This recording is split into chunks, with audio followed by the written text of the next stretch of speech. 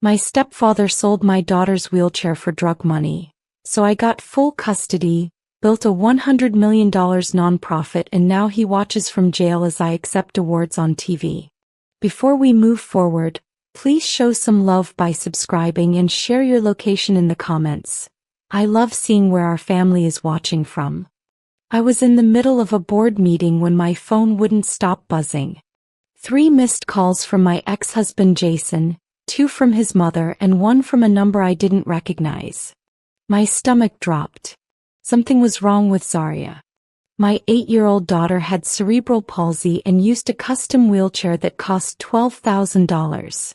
Money I'd fought insurance companies for months to get. She was supposed to be at Jason's place for his weekend custody. I excused myself and called back. "Clara, please don't freak out," Jason said, his voice shaking. "Where's Zaria?" "She's fine, she's here with me, but..." He paused. "Your stepfather came by. He took her wheelchair." I couldn't stop him because I was in the shower, and he just took it. The room spun. "What do you mean he took it?" "He sold it, Clara. He sold our daughter's wheelchair. I found out from a pawn shop owner who called me. Austin got $300 for it. $300 goddamn dollars." I couldn't breathe. Listen. My mother's husband of 5 years. The man who'd promised to be a stabilizing force in our chaotic family. The man who'd held Zaria at her birth and called her his grandbaby. Where is she now? I'm carrying her. She's been asking for her chair all day. That image. My baby girl being carried around like a toddler instead of having the independence her wheelchair gave her, shattered something inside me. I grabbed my keys and ran. I found Austin at my mother's house, sprawled on the couch watching television like it was any other Saturday. The smell hit me first. That acrid chemical stench that meant he'd been smoking crack again. My mother, Diane, sat at the kitchen table, her face hollow, pretending not to notice. "Where's the wheelchair?" I said, my voice deadly calm. Austin didn't even look at me. "Gone. Needed the money." "You needed..." I stepped closer, fists clenched. "That wheelchair cost $12,000. It's custom fitted to my daughter's body. Do you understand what you've done?" He finally turned, eyes glassy and indifferent. "Insurance'll get her another one. Always making everything so dramatic, Clara. It takes 6 months to get approved. 6 months for them to build a new one. What is she supposed to do until then?" My mother finally spoke, her voice thin. "Maybe you could buy one of those regular wheelchairs from the drugstore. Just temporarily." I stared at her, this woman who'd birthed me, nursed me, raised me. "Those don't work for CP, Mama. You know that. They don't have the support she needs. Her spine could..." I stopped, turned back to Austin. "Which pawn shop?" "Don't remember," he said, lighting a cigarette. I pulled out my phone and called the police right there. Austin laughed. "Go ahead. They won't do nothing.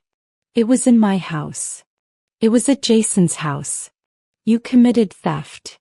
His smile faded slightly. My mother stood up. "Clara, don't do this. He's family." He stopped being family when he stole from a disabled child. Officer Michaela Mercado took my statement in Jason's living room while Zaria slept on the couch, exhausted from a day of being carried. Jason sat beside me, his hand on my shoulder. The first time we'd been united in years. "This is technically grandparent theft," Officer Mercado explained, writing notes. "It's complicated because there are familial relations involved." "He's not her grandfather," I said. "He's my mother's husband. He has no legal relationship to my daughter." "But he had access to the home?" Jason shook his head. "I never gave him a key. He must have come through the back door. I didn't lock it because Zaria sometimes needs to get outside quick if she's feeling overwhelmed. The wheelchair fits through that door."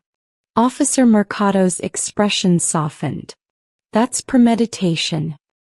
He knew the chair would be accessible. She closed her notebook. I'm filing this as theft and exploitation of a disabled person. That's a felony. But I have to warn you, pressing charges against family gets messy. He made it messy when he sold my daughter's mobility for drug money, I said. After she left, Jason turned to me. There's something else you should know. This isn't the first time. My blood went cold. What? Last month, when Zaria stayed over, her communication tablet went missing. I thought she'd misplaced it, but now... The tablet. Her voice. Zaria was nonverbal and used that tablet to communicate. We'd found it a week later at a different pawn shop. I'd assumed it was random theft. It was Austin, Jason said quietly. It's always been Austin. 3 days later, Zaria screamed in pain during physical therapy. Without her proper wheelchair, she'd been sitting incorrectly, and her hip had partially dislocated. The ER doctor, Dr. Patricia Cantrell, looked at her x-rays and then at me with barely concealed anger. How long has she been without her adaptive wheelchair? 3 days. It was stolen.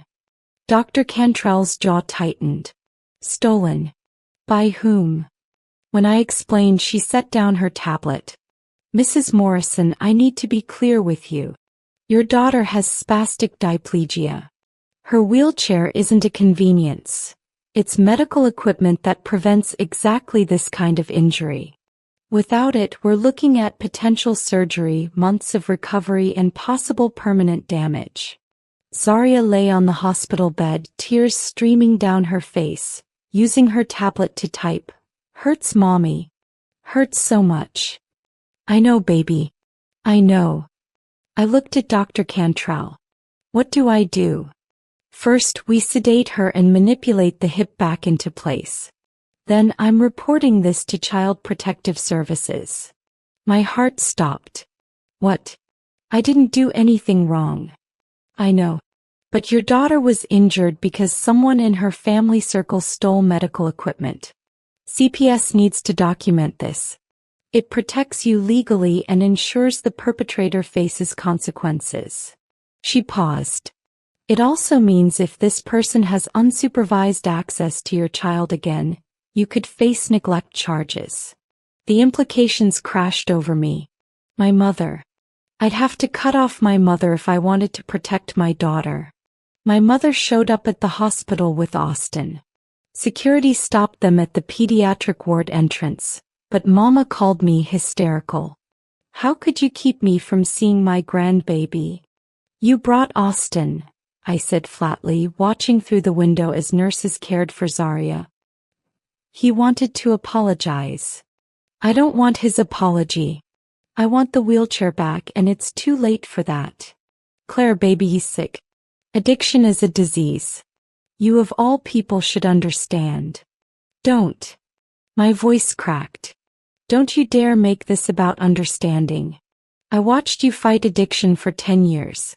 I held your hair while you threw up. I lied to CPS to keep them from taking me away. I've given understanding my entire life, Mama. But I won't sacrifice my daughter for it. There was a long silence. When she spoke again, her voice was cold. So you're choosing to cut me off? Your own mother. You're choosing him over your granddaughter. I'm choosing my child.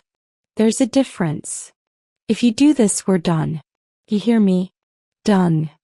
The line went dead. Jason found me in the hallway sobbing. She said we're done. He held me while I broke apart. Then she was never really there to begin with. That night, I filed for a restraining order against Austin. The judge granted it immediately, citing the theft and Zaria's injury. But the order didn't include my mother. Technically, she'd done nothing wrong. She'd just chosen the wrong side. Going through my mother's house to remove my daughter's remaining possessions, I found Austin's office. Really just a converted closet. What I discovered there made me physically ill. Pawn tickets. Dozens of them dating back 2 years. My grandmother's wedding ring. My father's military medals. Antique doll collection worth thousands. Even my old laptop that I'd thought was broken. But the worst? Medical bills. Zaria's medical bills, the ones my mother had offered to help file with insurance. She'd been sending them to Austin and he'd been selling the documentation to identity thieves. I called my lawyer Veronica Wright immediately. He's been committing medical identity fraud. There are bills here for treatments Zaria never received. Bring everything to my office, Veronica said. This just became federal. At her downtown office, Veronica spread the documents across her desk. Claire, this is bigger than theft. He's been running a scheme using your daughter's disability status to claim false medical expenses, then selling her actual medical equipment to fund his habit.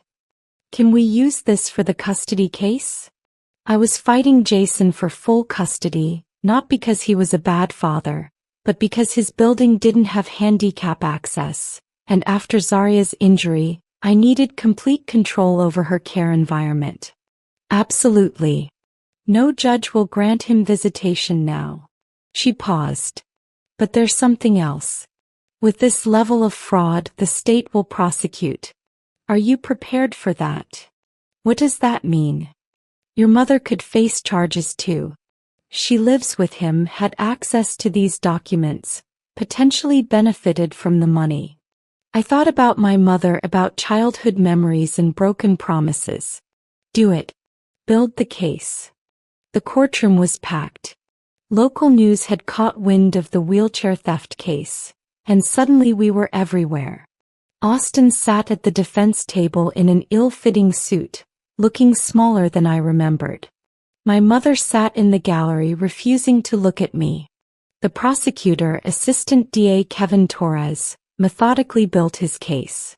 The pawn shop owner testified about the wheelchair. The identity theft victims testified about fraudulent medical claims. Dr. Cantrell testified about Zaria's injury. Then it was my turn. Ms. Morrison, Torres said gently, can you describe your daughter's daily needs? I explained Zaria's routine. The transfers, the positioning, the careful attention to pressure points. Her wheelchair isn't just transportation. It's her freedom. Without it, she's dependent on others for everything. She can't go to the bathroom alone. Can't reach her toys. Can't sit with friends at lunch. And when it was stolen, how did that affect her? She cried herself to sleep for 3 nights. She kept asking, why would Papa Austin hurt me? I didn't have an answer. Austin's lawyer, a public defender who looked exhausted, tried to paint him as a man struggling with addiction. But Torres destroyed that narrative during Austin's testimony. Mr. Williams, you've been to rehab 5 times in 3 years, correct? Yes. Each time funded by Ms. Morrison's mother? Yes. And yet you continued to steal from your family. Why? Austin shrugged. The drugs, man. They make you do things. Did the drugs make you research which medical equipment had the highest resale value? Did the drugs make you wait until Mr. Morrison was in the shower to commit theft? Silence. Mr. Williams, you're not a victim of addiction. You're a predator using addiction as an excuse. 3 weeks later, the jury returned. Guilty on all counts. Theft, exploitation of a disabled person, identity fraud, and medical fraud. Austin showed no emotion. My mother collapsed, sobbing. The judge, Honor Constance Washington, was a black woman in her 60s with steel in her eyes. Mr. Williams, in my 30 years on the bench, I have seen many addiction cases. I have compassion for the disease. But you didn't steal bread to feed yourself. You stole a disabled child's mobility to feed your addiction. That is unforgivable. She sentenced him to 8 years in state prison with mandatory rehabilitation. He'd serve at least 6. Outside the courthouse, reporters swarmed. Ms. Morrison, how do you feel? I looked directly at the camera. I feel like justice was served. But I also feel sad. Sad that it came to this. Sad that my daughter had to be hurt for people to take this seriously. What message do you have for other families dealing with addiction? Set boundaries. Love doesn't mean accepting abuse. It took me too long to learn that. That clip went viral. By the next morning, my inbox was flooded with messages from other parents of disabled children, sharing their own stories of theft, exploitation, and family betrayal. I read every single one and something crystallized in my mind. This wasn't just about Austin. This was systemic. 6 months after Austin's sentencing, I sat in a coffee shop with 3 strangers who'd become allies. Keisha, whose son's prosthetic leg had been stolen by her boyfriend. Raymond, whose daughter's insulin pump was pawned by his sister. And Patricia, Dr. Cantrell, who'd left her hospital position to join us. We need to call it something powerful, Keisha said. Something that reflects what they take from our kids, Raymond added. I thought about Zaria, now thriving with her new wheelchair and full custody settled in my favor. Stolen independence. That's what they take. Our children's independence. And so Stolen Independence Foundation was born. We started small. A hotline for families to report medical equipment theft, a fund to replace stolen equipment, and legal advocacy. I worked my corporate finance job during the day and built the nonprofit at night. Jason surprised me by becoming our first major donor. She's my daughter too, he said, handing me a check for $50,000. This matters. The media attention from Austin's trial helped. Ellen invited us on her show. Good Morning America did a segment. Suddenly we had funding, volunteers, and most importantly we had reach. Within a year we'd helped 300 families. Within 2 we'd opened offices in 12 states. I quit my corporate job and became executive director full-time. My mother never reached out. Not once. But every time I thought about calling her, I remembered Zaria's question, why would Papa Austin hurt me? And I knew I'd made the right choice. 3 years after Austin's conviction, I testified before Congress. The room was intimidating. Senators, cameras, reporters. But I thought about all the families counting on us. Medical equipment theft is a federal crime when it targets disabled individuals, but enforcement is inconsistent, I told the Senate Committee on Health. We need stronger protections, mandatory reporting, and a national registry for stolen adaptive equipment. Senator Maria Gonzalez leaned forward. Ms. Morrison, what would this bill mean for families like yours? It would mean that when someone steals a wheelchair, it's treated as seriously as stealing a car. It would mean pawn shops have to verify ownership before accepting medical equipment. It would mean that disabled children's independence is protected by law, not just by exhausted parents. The hearing lasted 4 hours. By the end we had bipartisan support. The Stolen Independence Act was introduced 6 weeks later. While lobbying for the bill, I met with dozens of families. Each story was heartbreaking. A father who stole his daughter's hearing aids. A grandmother who pawned her grandson's ventilator equipment. An uncle who sold his niece's custom braces. The common thread.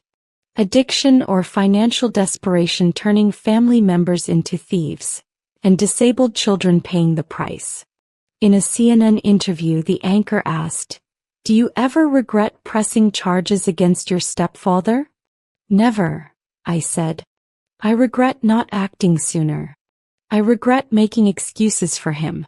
But prosecuting him? That saved my daughter and potentially hundreds of other children." "Your mother still hasn't reconciled with you?" "No. And that's her choice to make." The truth was more complicated. I missed her. Desperately. But I'd learned that love without boundaries is just enabling. The Stolen Independence Act passed on a Thursday. President signs it into law 3 weeks later, And I was there in the rose garden, holding Zarya's hand while cameras flashed. "This is for you, baby," I whispered. She typed on her tablet, "For all the kids like me." That year our nonprofit received the Presidential Citizens Medal. I accepted it wearing my father's military medals, the ones I'd recovered from the pawn shop after Austin's arrest. Then came the MacArthur Fellowship, the CNN Hero Award, the NAACP Image Award for Activism. Each one felt surreal. But the most meaningful recognition came from a small organization in Houston. They named their youth leadership program after Zarya. At the ceremony, I watched my daughter, now 11, confident, brilliant, speak to a room full of disabled children. "My grandpa stole my wheelchair," she said through her communication device. "He hurt me. But my mom showed me that we don't let people hurt us, even when they're family. We protect ourselves and each other." Standing ovation. I couldn't stop crying. Backstage, a reporter asked, "Your stepfather is up for parole next year. Will you oppose it?" "Absolutely. He served 3 years. He got 8 for a reason." "And your mother?" I'd heard she was finally divorcing Austin, that she'd gotten clean. But she still hadn't reached out. "I hope she finds peace. But that doesn't mean she gets access to my daughter." That night my phone buzzed. Unknown number. "Clara? It's Mama." My heart stopped. "How did you get this number?" "I saw you on TV. Saw everything you built." Her voice cracked. "I'm so proud of you, baby." 3 years, Mama. 3 years of silence. "I know. I was ashamed. I chose him over you, over Zarya. I can't," she sobbed. "I can't take that back." I agreed to meet my mother at a neutral location, a park where Zarya used to play before the wheelchair theft. Mama looked older, smaller, worn down by years of addiction and poor choices. "You look good," she said, sitting on a bench. "I am good. We're good." I stayed standing, keeping distance between us.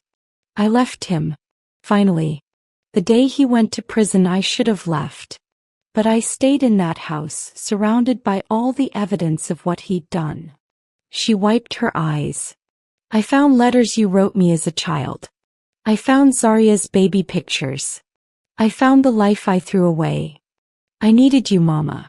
When Zarya was hurt, when I was fighting for custody, building the nonprofit, I needed my mother, and you chose him." "I know."